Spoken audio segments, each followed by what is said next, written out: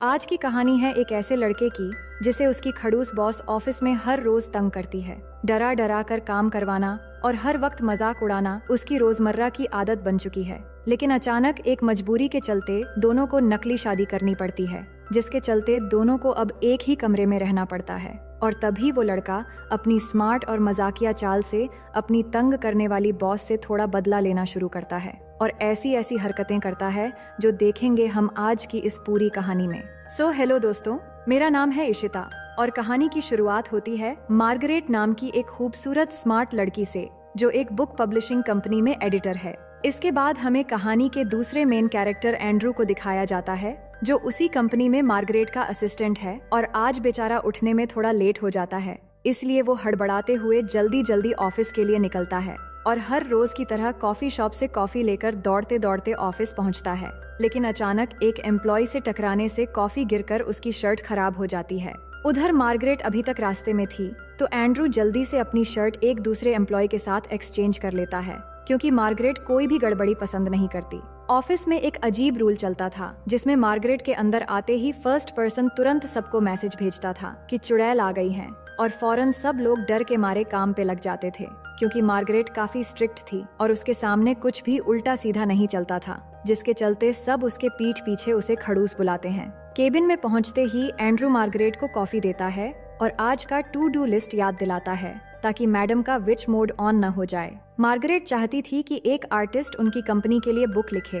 वो आर्टिस्ट पहले तो मना कर देता है, लेकिन ऑफिस आते वक्त उसने आर्टिस्ट को कॉल करके मना लिया था। इसके बाद वो अपने कॉफी कप पर एंड्रू का नाम लिखा हुआ देखकर पूछती है कि मेरी कॉफी का क्या हुआ। एंड्रू घबराकर सच बोल देता है कि आपकी कॉफी गिर गई थी। मार्गरेट और सवाल किए बिना थोड़ा कॉफी पीकर देखती है। एंड्रू भी बिल्कुल उसी की तरह बिना शुगर के कॉफी पीता है। असल में बाकी एम्प्लॉइज की तरह एंड्रू भी उससे डरता है, इसलिए उसने मार्गरेट की तरह कॉफी पीने की आदत बना लिया था। इसके बाद वो दोनों एक एम्प्लॉय के केबिन में जाते हैं, जहाँ के एम्प्लॉय को उस बुक लिखने वाले आर्टिस्ट को बात मनवाने का काम दिया गया था। अब क्योंकि ये काम अब मार्गरेट खुद कर चुकी थी, इसलिए वो उसे बातें सुनाने लगती है और बातचीत से पता चलता है कि इस एम्प्लॉय ने आर्टिस्ट को एक कॉल भी नहीं किया था, तो मार्गरेट उसे ठीक से काम न करने के लिए जॉब से निकाल देती है।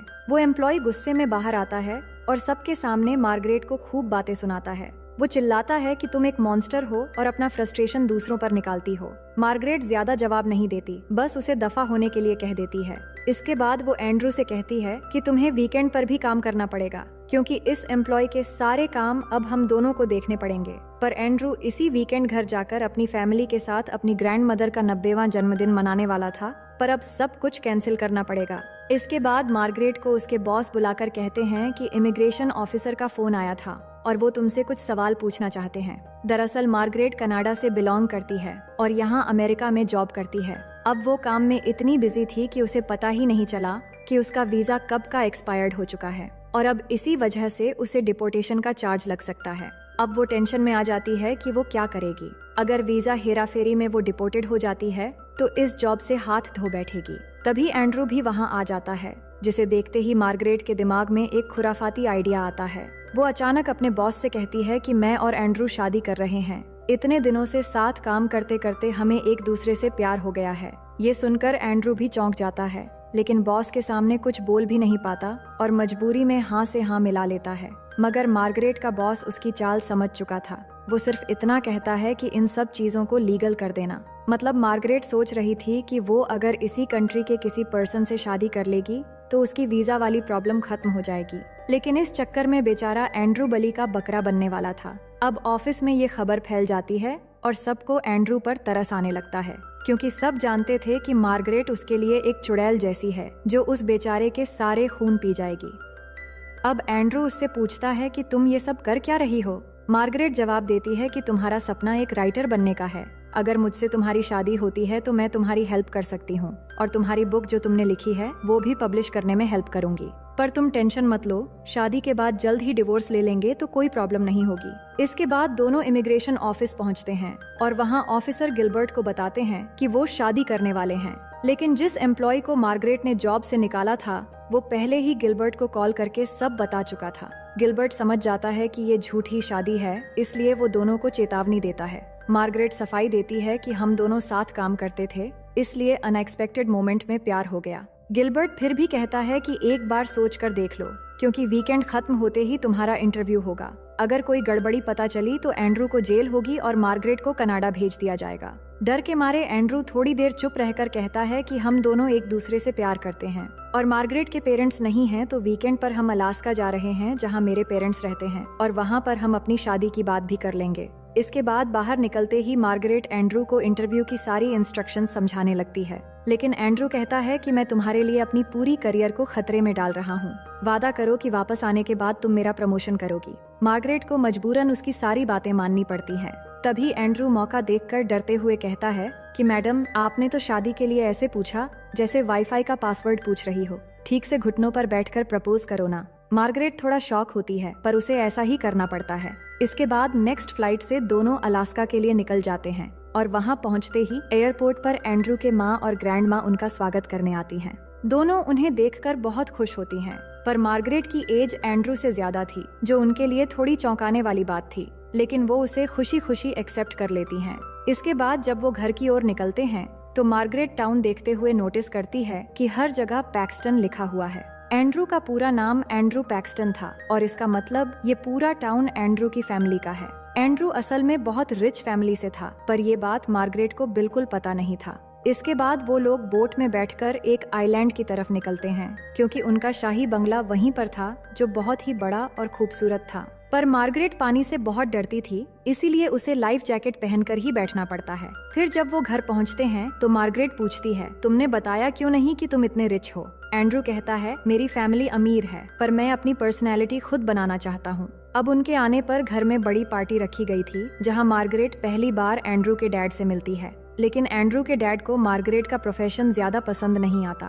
ऊपर से एंड्रू का सब कुछ छोड़कर अपना पैशन फॉलो करना और घर छोड़कर जाना, ये बात तो उनके दिल में आज तक चुभ रही थी। इसी वजह से बाप बेटे के बीच हमेशा नाराजगी रहती थी। फिर एंड्रू जब उनसे बात करने जाता है तो वो कहते हैं, तुम सिर्फ अपनी प्रमोशन के लिए अपने बॉस को क्यों डेट कर रहे हो? एंड्रू झट से बोलता है, ऐसा कुछ भी नहीं है, मैं सच में उससे प्यार करता हूँ। फिर हॉल में आकर एंड्रू सबको बता देता है कि वो और मार्गरेट जल्द ही शादी करने वाले हैं। एंड्रू की माँ और ग्रैंड माँ बहुत खुश होती हैं। एंड्रू की एक्स गर्लफ्रेंड भी आकर उनसे मिलती है और सब लोग जमा हो जाते हैं। वो दोनों से पूछते हैं, तुम दोनों आखिर मिले कहाँ थे और किसने प्रपोज किया था? अब दोनों के पास तो बताने के लिए कुछ नहीं था, फिर भी माहौल संभालते हुए दोनों एक झूठी स्टोरी सुना देते हैं। स्टोरी सुनकर सब लोग किस करो कहकर चीयर करने लगते हैं। दोनों के लिए ये काफी अजीब था, पर नाटक जारी रखने के लिए उन्हें सच में किस करना पड़ता है। लेकिन उस पल जो अचानक सी फीलिंग दोनों महसूस करते हैं, वो दोनों के लिए बिल्कुल नई और थोड़ी अजीब भी थी। इसके बाद एंड्रू की माँ उन्हें उनका कमरा दिखाती है